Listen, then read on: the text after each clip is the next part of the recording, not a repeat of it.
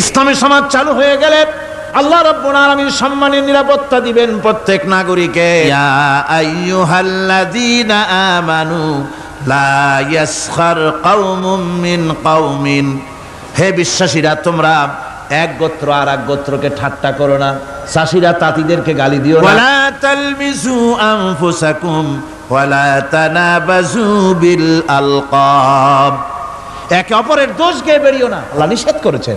ইসলামী সমাজ হলে পরে মানুষ সব দিক থেকেই নিরাপত্তা পাবে, গ্যারান্টি পাবে, ব্যক্তি স্বাতন্ত্র্যের প্রাইভেসির নিরাপত্তা পাবে।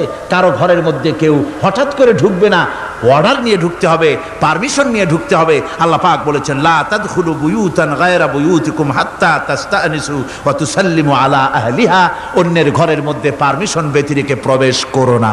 আগে সালাম দাও, পারমিশন নাও, তারপরে ঢোকো। যদি জবাব না আসে চলে যাও, বেরিয়ে যাও, এটা তোমার জন্য কল্যাণকর হবে।